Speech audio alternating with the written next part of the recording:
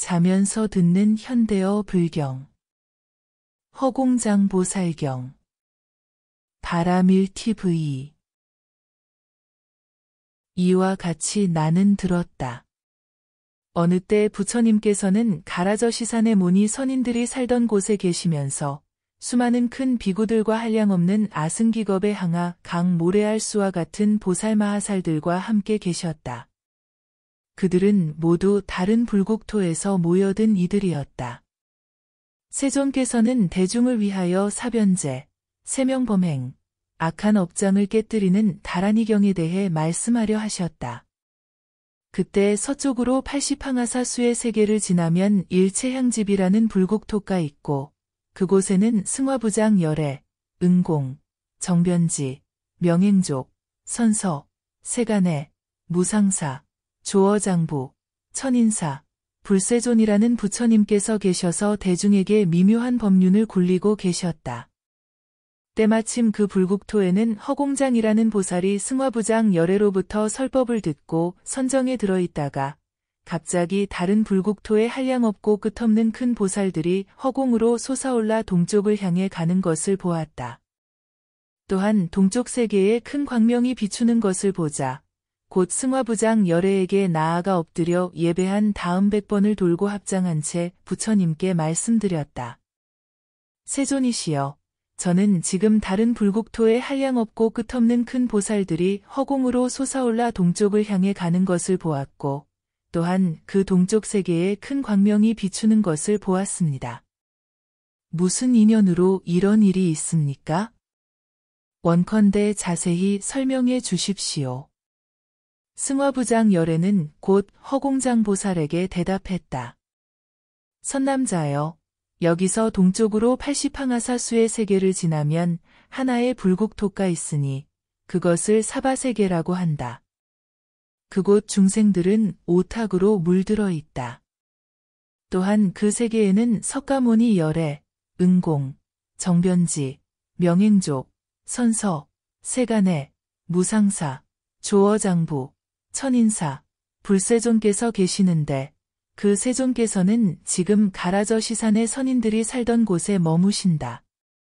이것은 부처님의 법을 널리 퍼뜨려 끊어지지 않게 하려는 것이고 삼보를 항상 세간에 머물게 하려는 것이며 모든 마군을 항복받아 법의 깃발을 세우기 위한 것이고 생사의 길을 막고 열반의 길을 열어주기 위한 것이며 여러 곳에서 모인 보살과 성문들에게 사변제, 세명범행과 악한 업장을 깨뜨리는 다란이경을 설하기 위한 것이고 이와 같이 구름처럼 모여든 시방 불국토의 모든 보살들로 하여금 다른 믿음에 따르지 않게 하고 뛰어난 방편을 갖추어 걸림이 없게 하며 환희지에서 일생보처의 지위에 이르게 하려는 것이다. 이 때문에 그 부처님께서는 큰 광명을 비추어서 그것을 본 다른 불국토의 보살들로 하여금 허공을 타고 사바세계에 이르러 모든 악한 업장을 깨뜨리는 다란이경을 얻게 하는 것이다. 저 국토 또한 오탁으로 물들어 있으니 이 세계와 다름이 없다. 너는 지금 마땅히 사바세계에 가서 석가모니 열애께 예배 공양하고 바른 법을 이어받아서 또한 저 세계의 악한 중생들을 위해 악한 업장을 깨뜨리는 다란이경을 널리 설해야 한다. 허공장보살은 이 말씀을 듣자마자 기뻐하며 80억 보살들과 함께 동시에 그 부처님께 말했다. 세존이시여, 제가 사바세계에 가서 석가모니 열애를 뵙고자 하는 마음이 간절하오니 이제 부처님의 위실력을 이어받아 저 세계에 간다면 정성껏 예배 공양하고 바른 법을 받아들여 또한 저 국토의 중생들을 위해 악한 업장을 깨뜨리는 다란이경을 널리 설하겠습니다. 승화부장 부처님께서는 허공장보살을 칭찬하셨다. 훌륭하다, 훌륭하다. 너 스스로가 때를 잘 아는구나. 허공장보살은 곧 80억 보살과 함께 부처님께 엎드려 작별하고 허공으로 솟아올라 사바세계를 향해 떠났다. 그때 서방세계에서 여의보주의 광명이 나타났는데 그것은 한량없는 석가비른가 보배에 둘러싸여 있었다. 그 광명은 모든 천인, 인간, 성문, 보살, 해, 달, 물, 불, 바람의 경계를 다 덮어 다른 모든 광명을 나타나지 못하게 하였으므로 모임의 대중은 한량없고 헤아릴 수 없는 부처님의 광명과 여의보주 광명만을 볼 수 있었고 다른 광명은 볼 수 없었다. 또한 허공만 보일 뿐 다른 물체는 볼 수 없었다. 또한 서쪽과 동쪽의 부처님께서 서로 광명을 비추어 모임의 대중은 자신을 볼 수 없을 뿐 아니라 다른 사람도 볼 수 없었고 모든 물질이 사라져 눈으로 볼 수 없었다. 위, 아래, 중간, 여기저기 방향을 알 수 없었고 해, 달, 별, 땅, 물, 불, 바람 등을 볼 수 없었다. 귀로 소리를 들을 수 없었고 코로 냄새를 맡을 수 없었고 입으로 맛을 분간할 수 없었고 몸으로 감촉을 느낄 수 없었고 모든 심소의 수의 법도 인연이 없었고 나와 나의 것이라는 생각도 할 수 없었고 육입의 분별하는 생각도 일으킬 수 없었다. 오직 부처님의 광명과 여의보주 광명만 볼 수 있었으니 이는 그 순수한 여의보주가 한량없는 석가비른가 보배에 둘러싸여 있었기 때문이었다. 한편으로 그 모임에 있던 대중 가운데 십지의 지위와 수릉엄 삼매를 얻어 일생보처에 오른 큰 보살들은 이 모습을 보고도 몸과 마음이 다 편안하여 놀라거나 두려워하지 않았으니 그들은 모든 법이 진리 그대로 공한 것임을 깨달았기 때문이었다. 그러나 다른 보살, 성문 대중과 천, 용, 야차, 건달바, 아수라, 가루라, 긴나라, 마후라가, 구반다, 아기, 비사차, 부단나, 가타부단나 등의 사람인 듯하면서 사람 아닌 것들은 이 모습을 보고 놀랍고 두려워하며 미혹되고 불안하여 서로를 볼 수 없고 물어볼 수도 없었다. 그래서 각자 마음속으로 이런 이상한 현상이 어떤 연유로 일어나는지 알 수 없구나. 또한 이것이 누구의 실력에 의한 것인지도 알 수 없구나라고 생각했다. 그때 대중 속에 있던 범정보살이 부처님 앞에 엎드려 예배하고 합장하여 개송을 읊었다. 모든 법의 본성을 중생들은 알지 못하니 온갖 물질에 집착하고 얽매여 여섯 감각은 미혹되기 마련이네. 지금 이 모임의 사람들도 물질을 분별하지 않고 오히려 그것을 추구하여 부처님의 법을 의심하네. 원컨대 그 법을 설하셔서 모든 의심을 끊고 피안과 차안을 알아 공의 지혜에 이르게 하소서. 용맹하게 삼매에 드니 그 몸을 말할 수 없고 여의주 그 큰 보배는 항상 이마에 받드니 석가비른가가 그것을 둘러싸네. 이 모임의 모든 보살들은 십지에 오르고 수릉엄 삼매를 얻어 일생보처에 올랐으니 이와 같은 모든 보살들에게는 멀리서도 그 모습이 보이네. 이러한 상서로운 모습을 보고 나니 반드시 훌륭한 이가 이곳에 와서 더 없이 높으신 분께 예배하고 깊고 미묘한 법을 설할 줄을 알겠네. 그는 두려워하는 중생들을 위로하고 천인사에게 귀의하게 하며 그 용맹으로 다니는 곳마다 중생들을 교화하리라. 세존께서 개송으로 대답하셨다. 훌륭하도다. 내 말과 같이 선정해 든 이의 몸 모습은 중생으로서는 볼 수 없고 지혜를 닦는 자만이 보니 이는 허공장보살이 항상 다니고 머무는 곳마다 집착도 희론도 없이 삼매의 힘을 나타내기 때문이네. 중생들은 두 가지 소견에 얽매여 항상 미혹하고 미혹함으로 말미암아 피안과 차안을 알지 못하네. 만약 두 가지 소견에서 벗어나려면 말할 수 없는 행을 닦아야 마침내 깨달음에 이르러 모든 지위를 만족할 수 있으리라. 세존께서 다시 말씀하셨다. 선남자여, 처음 발심한 보살이라도 모든 법의 모양과 서로 의지하여 일어나는 모양에 대해 알아 육바라미를 닦고 내지 땅, 물, 불, 바람, 허공, 의식의 생멸의 모양과 진리 그대로의 모양을 안다. 또한 모든 법이 말로 할 수 없고 본래 성품이 없으며 생멸도 없고 서로를 의지하여 일어나는 것도 없으며 동요함도 없고 모두 비어서 공한 것임을 안다. 또한 모든 법에 대해 있음과 없다는 소견을 버리고 모든 법에 대해 두려움을 내지 않으며 감수작용을 일으키지 않고 마음이 서로 의지하여 일어나지 않으며 공의 행을 닦는다. 이와 같이 닦아서 마침내 육바라미를 갖추고 다시는 있다는 소견이나 없다는 소견에 머무르지 않는다. 또한 열애가 이런 것을 설하면 모든 대중이 듣고 깨닫게 되니 마치 물질 자체가 그 경계에서 모양을 취하지 않는 것과 같다. 그때 세존께서는 오른손으로 서쪽을 가리키면서 말씀하셨다. 이 상서로운 광명은 허공장보살이 이곳에 오기 위해 나타낸 모습이다. 이 보살의 모든 삼매는 큰 바다와 같고 보살의 계율은 수미산과 같으며 인욕하는 마음은 금강과 같고 용맹하게 정진하는 모습은 빠른 바람과 같고 지혜는 허공과 같기도 하고 항아사의 모래와 같기도 하다.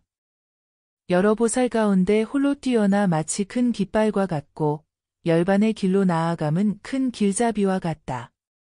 또한 선근의 바탕을 이루어 가난한 자에게는 길상의 병이 되어주고 어둠 속에서 길을 잃은 자에게는 해와 달의 광명이 되어주며 두려워하고 겁내는 자를 위해서는 의지할 곳을 마련해주고 타는 번뇌에 허덕이는 자에게는 감로수를 부어준다.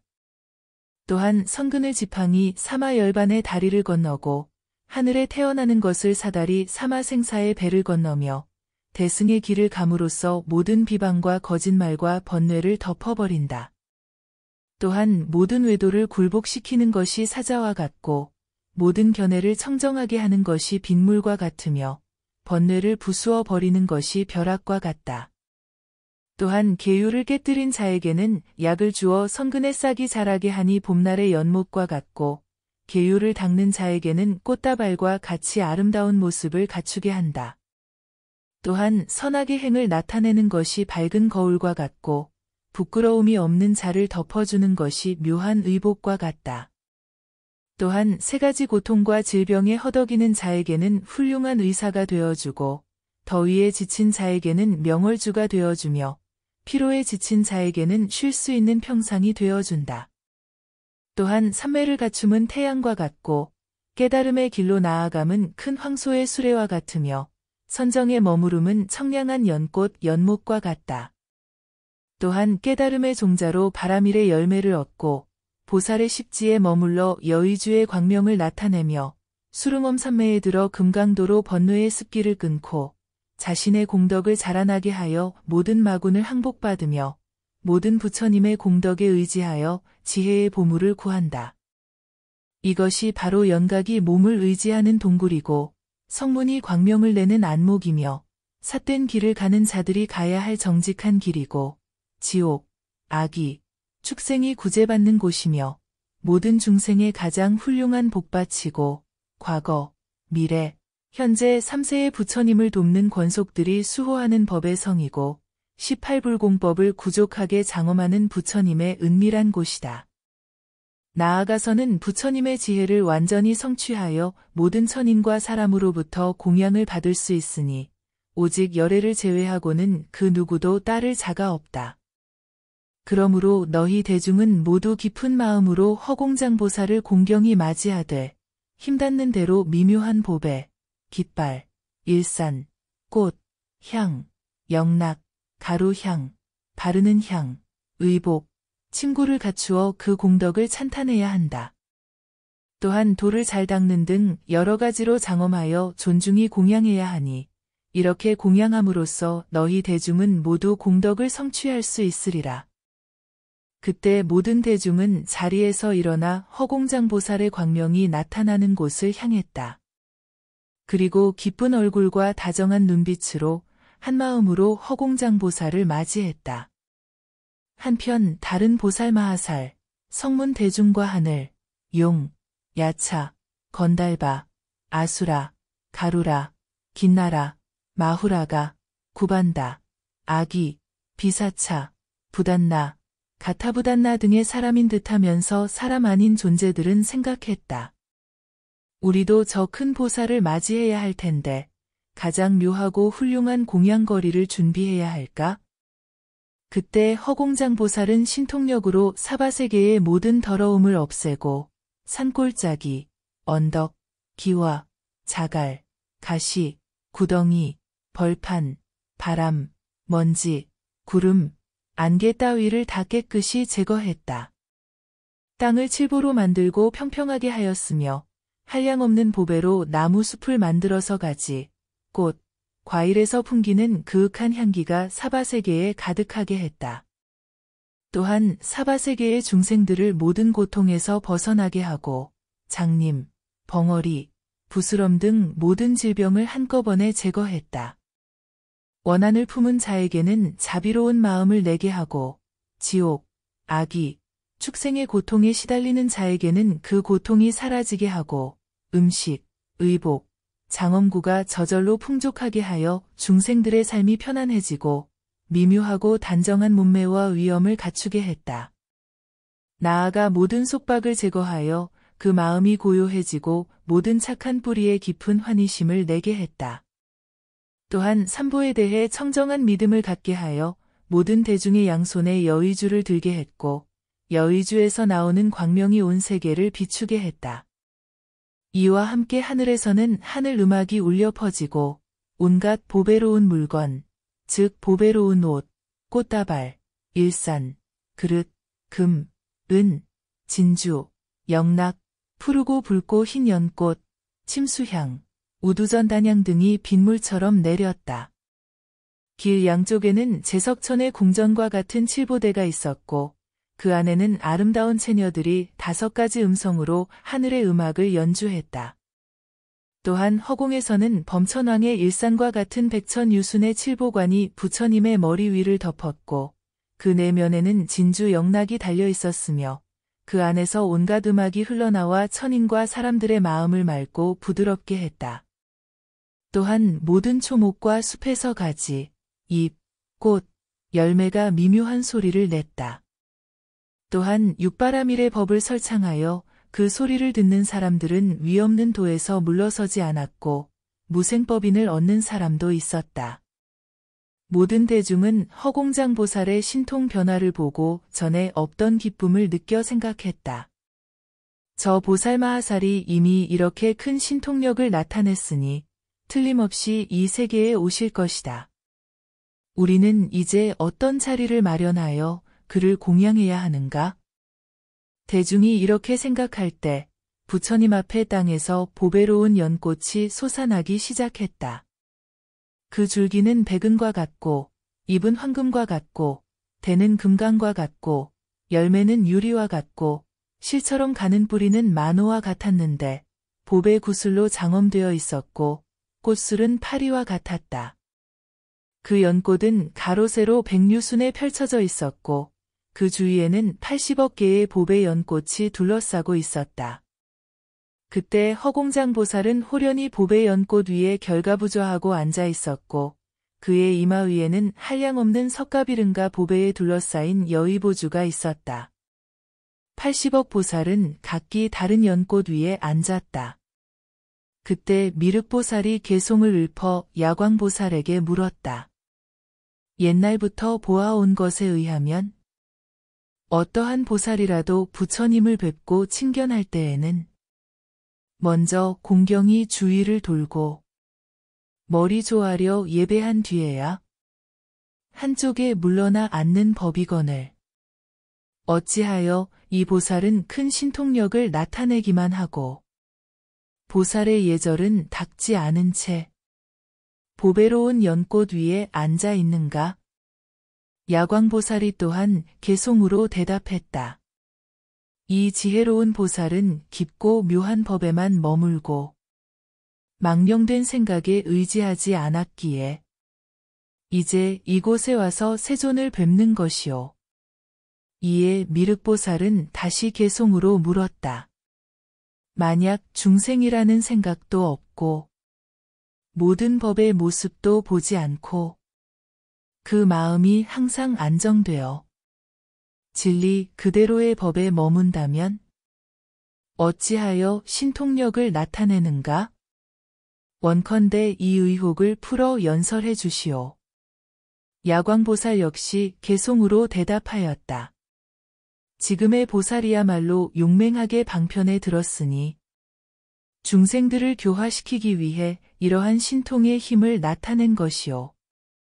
만약 진리에 머물지 않았다면 어리석고 미혹된 범부이겠지만 그의 밝은 지혜로 세속을 교화하니 진리 그대로의 법에 들었기 때문이오. 그때 세존께서 야광보살에게 말씀하셨다. 훌륭하다. 훌륭하다. 선남자여, 내 말과 같이 선정에 든 사람의 모습은 중생이 볼 수 없고 지혜를 닦는 자만이 볼 수 있다. 이는 허공장보살이 항상 다니고 머무는 곳마다 집착도 희론도 없이 삼매의 힘을 나타내기 때문이다.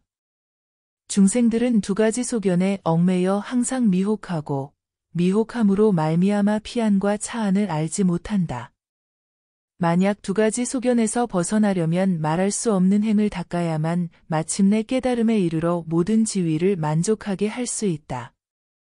선남자여, 처음 발심한 보살이라도 모든 법의 모습과 서로를 의지하여 일어나는 모습에 대해 알아 육바라밀을 행하고 나아가 땅, 물, 불, 바람, 허공, 의식의 생멸의 모습과 진리 그대로의 모습을 안다.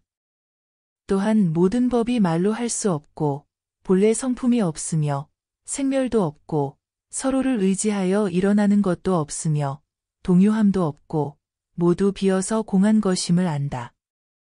또한 모든 법에 대해 있다는 소견과 없다는 소견을 버리고 모든 법에 대해 두려워하는 마음을 내지 않으며 감수작용을 일으키지 않고 마음이 서로를 의지해 일어나지 않으며 공의 행을 닦으니 이렇게 닦아서 마침내 육바라밀을 갖추고 다시는 있다는 생각과 없다는 생각에 머무르지 않는다.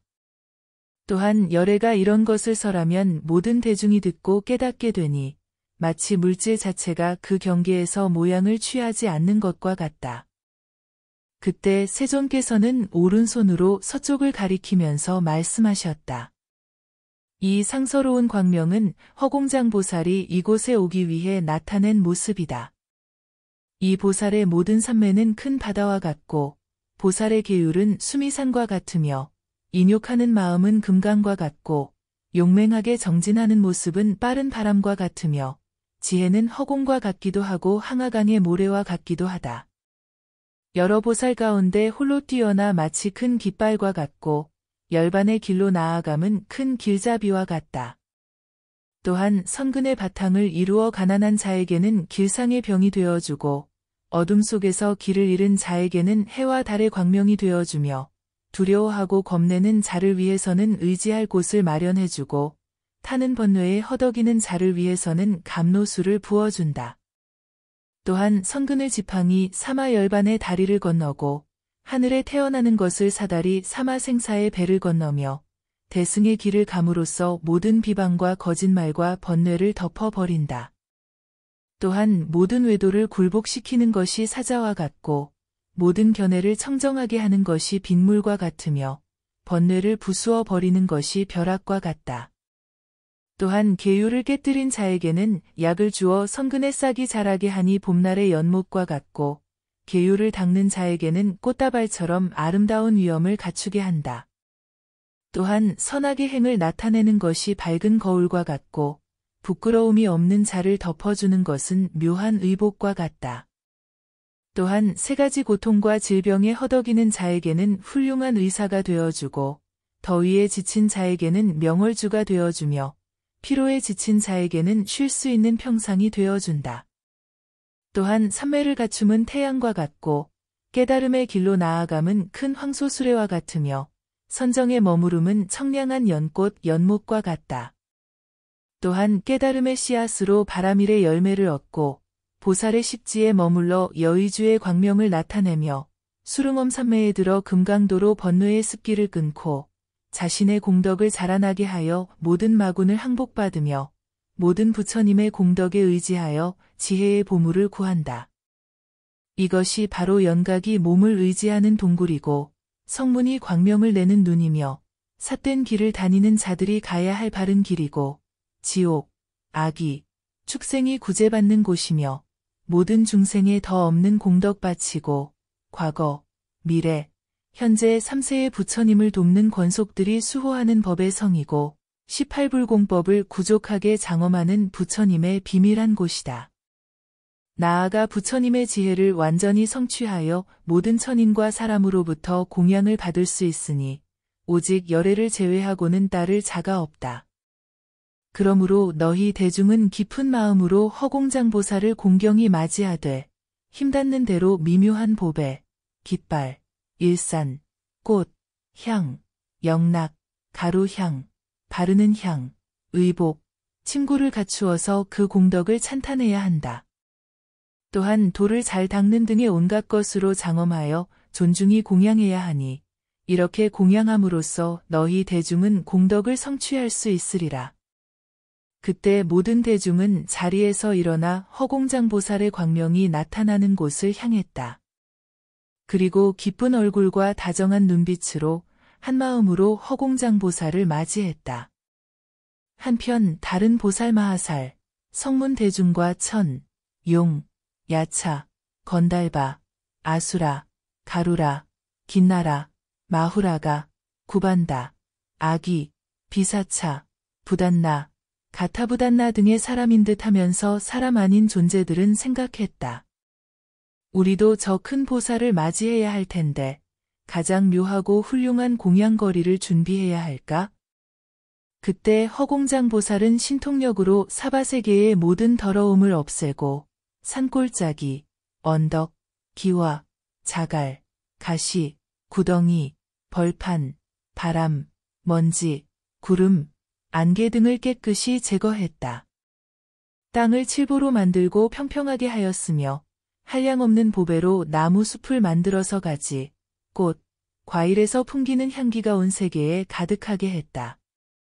또한 사바세계의 중생들을 모든 고통에서 벗어나게 하고 장님, 벙어리, 부스럼 등 모든 질병을 한꺼번에 제거했다.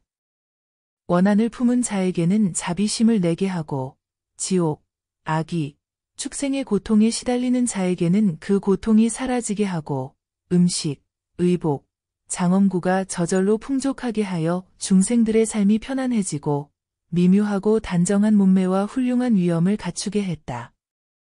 또한 모든 속박을 제거하여 그 마음이 고요해지고 모든 착한 뿌리에 깊은 환희심을 내게 했다. 또 삼보에 대해 청정한 믿음을 갖게 하여 모든 대중의 양손에 여의주를 들게 했고 여의주에서 나오는 큰 광명이 온 세계를 비추게 했다.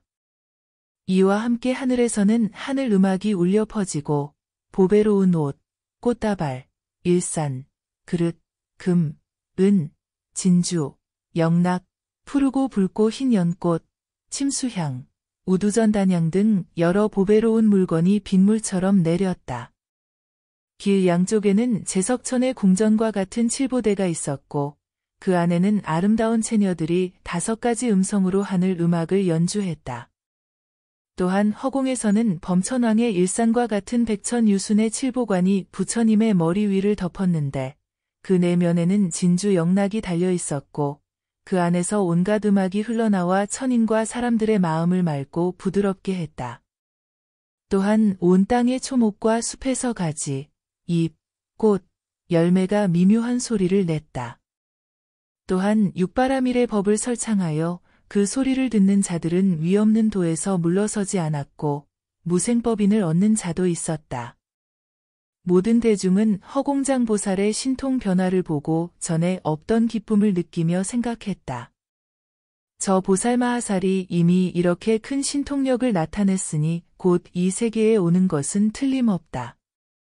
우리는 이제 어떤 자리를 준비하여 그를 공양해야 할까? 대중들이 이렇게 생각할 때 부처님 앞의 땅에서 보배로운 연꽃이 솟아나기 시작했다. 그 줄기는 백은과 같고 잎은 황금과 같고 대는 금강과 같고 열매는 유리와 같고 실처럼 가는 뿌리는 만호와 같았는데 보배 구슬로 장엄되어 있었고 꽃술은 파리와 같았다. 그 연꽃은 가로 세로 백류순에 펼쳐져 있었고 주위에 80억 개의 보배로운 연꽃이 둘러싸고 있었다.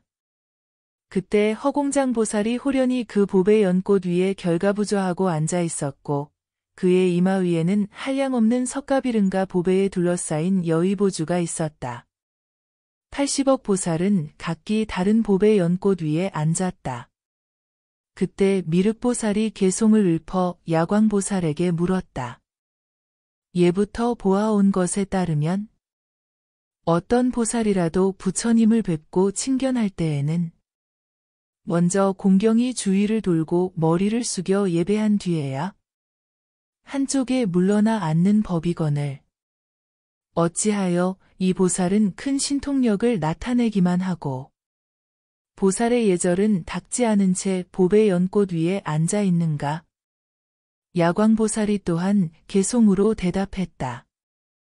이 지혜로운 보살은 깊고 묘한 법에만 머무르고 망령된 생각에 의지하지 않았기에 이제 여기에 와서 세존을 뵙는 것이다.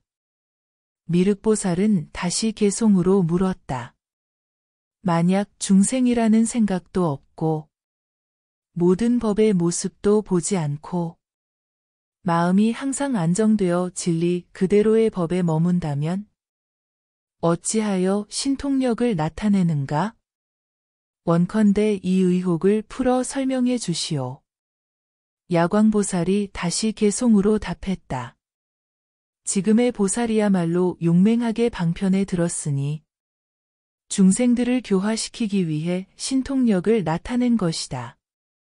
만약 진리에 머물지 않았다면 어리석은 범부이겠지만 그 밝은 지혜로 세속을 교화하니 진리 그대로의 법에 들었기 때문이다. 그때 세존께서 야광보살에게 말씀하셨다. 훌륭하다, 훌륭하다. 선남자여, 내 말과 같이 선정에 든 사람의 모습은 중생이 볼 수 없고 지혜를 닦는 자만이 볼 수 있다. 이는 허공장 보살이 항상 다니고 머무는 곳마다 집착도 희론도 없이 삼매의 힘을 나타내기 때문이다. 중생들은 두 가지 소견에 얽매여 항상 미혹하기 때문에 피안과 차안을 알지 못한다. 만약 두 가지 소견에서 벗어나려면 말할 수 없는 수행을 닦아야 마침내 깨달음에 이르러 모든 지위를 만족하게 할 수 있다. 선남자여, 처음 발심한 보살이라도 모든 법의 모양과 서로 의지하여 일어나는 모양을 알아 육바라밀을 행하고 나아가 땅, 물, 불, 바람, 허공, 의식에 생멸하는 모습과 진리 그대로의 모습을 안다. 또한 모든 법이 말로 할 수 없고 본성이 없으며 생멸도 없고 서로 의지하여 일어나는 것도 없으며 동요함도 없고 모두 비어서 공함을 안다. 또한 모든 법에 대해 있다는 소견과 없다는 소견을 버리고 모든 법에 대해 두려움을 내지 않으며 느낌을 일으키지 않고 마음이 서로 의지하여 일어나지 않으며 공의행을 닦는다. 이와 같이 닦아서 마침내 육바라밀을 갖추고 다시는 있다는 생각이나 없다는 생각에 머무르지 않는다. 또한 열애가 이렇게 설하면 모든 대중이 듣고 깨닫게 되니 마치 물질 자체가 그 경계에서 모양을 취하지 않는 것과 같다. 그때 세존께서는 오른손으로 서쪽을 가리키면서 말씀하셨다.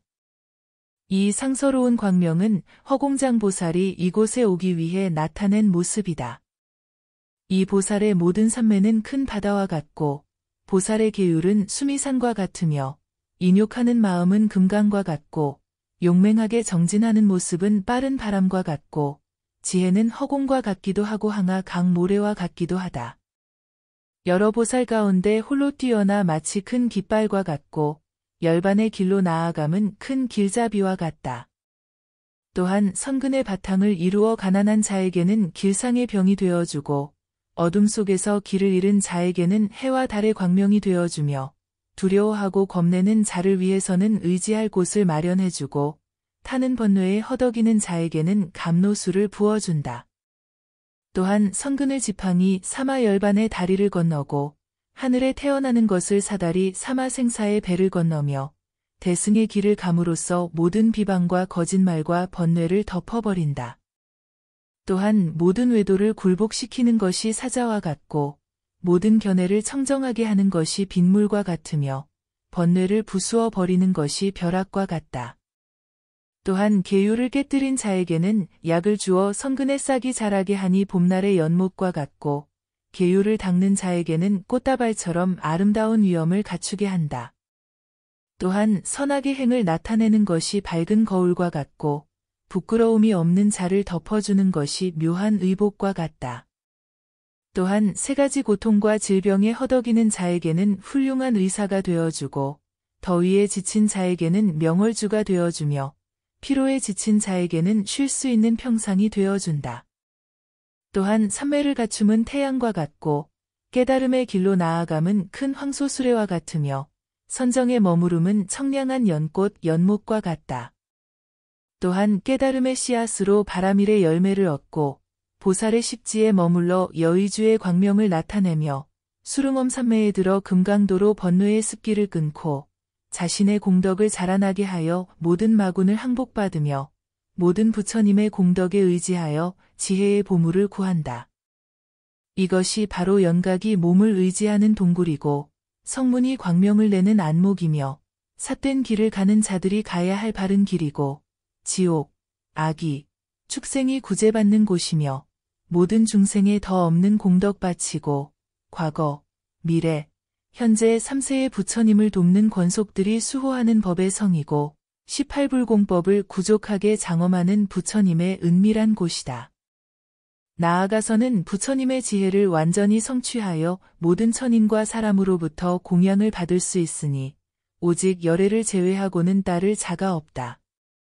그러므로 너희 대중은 깊은 마음으로 허공장보살을 공경히 맞이하되 힘닿는 대로 미묘한 보배, 깃발, 일산, 꽃, 향, 영락, 가루향, 바르는 향, 의복, 침구를 갖추어서 그 공덕을 찬탄해야 한다.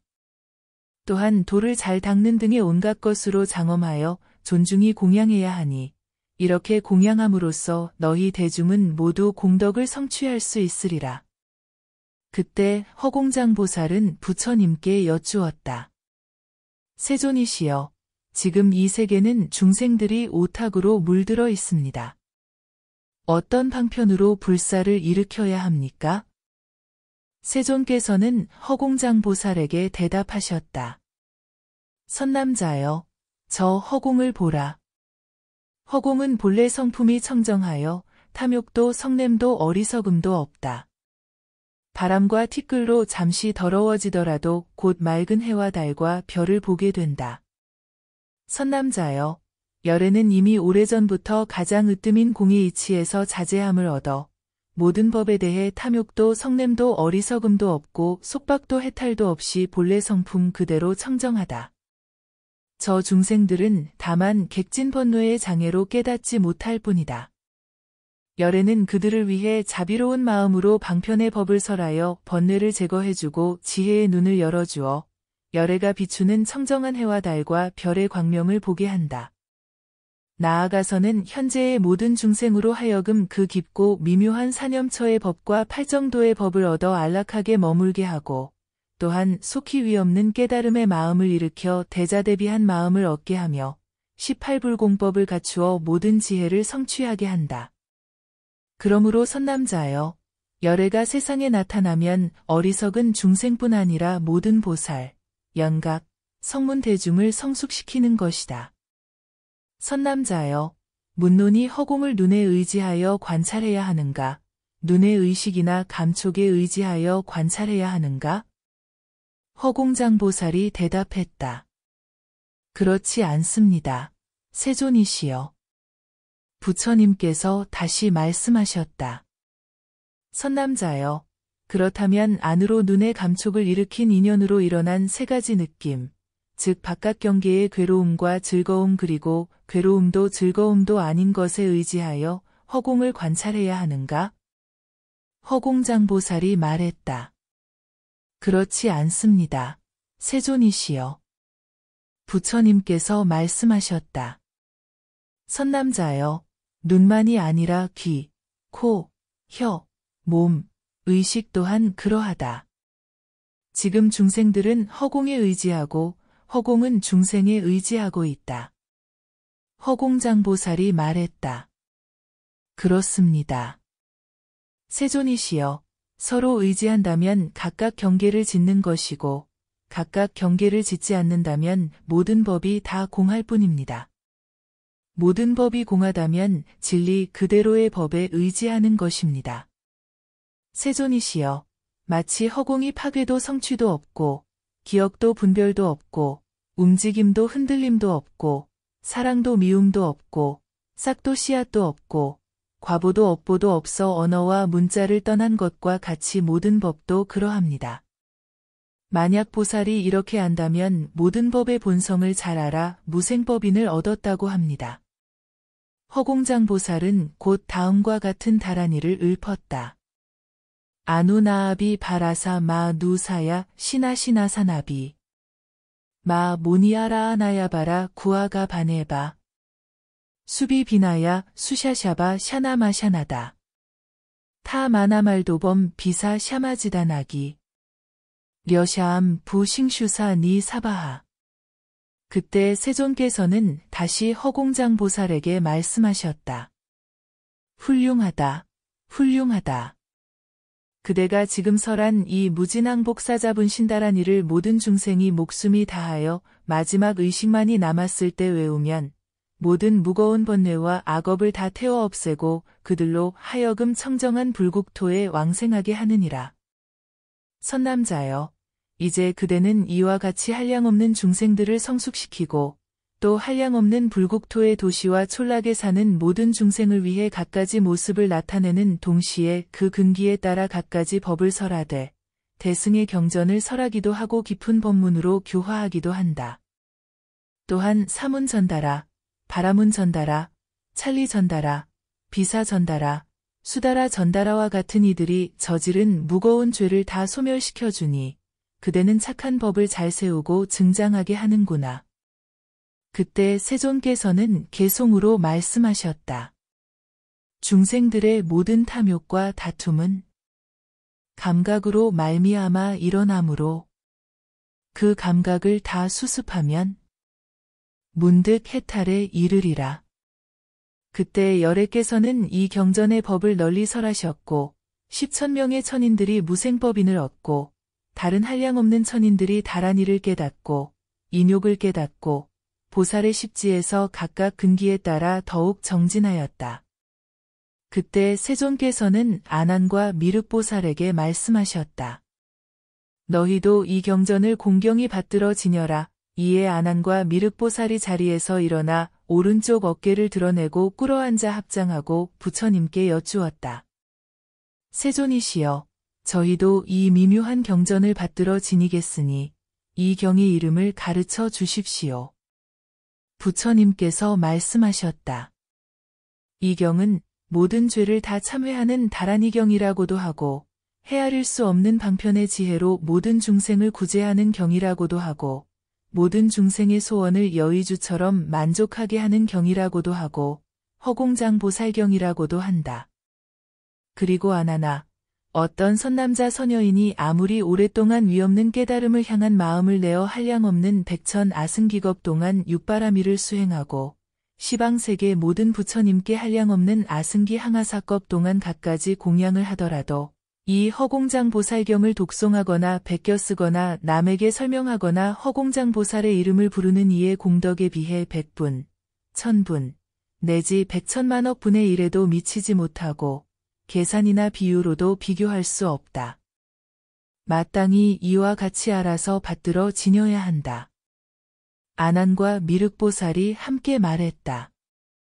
세존이시여, 저희는 부처님의 분부대로 받들어 지니겠습니다. 그때 모든 대중이 부처님의 말씀을 듣고 기뻐하며 갖가지 공양물로 부처님께 공양했다.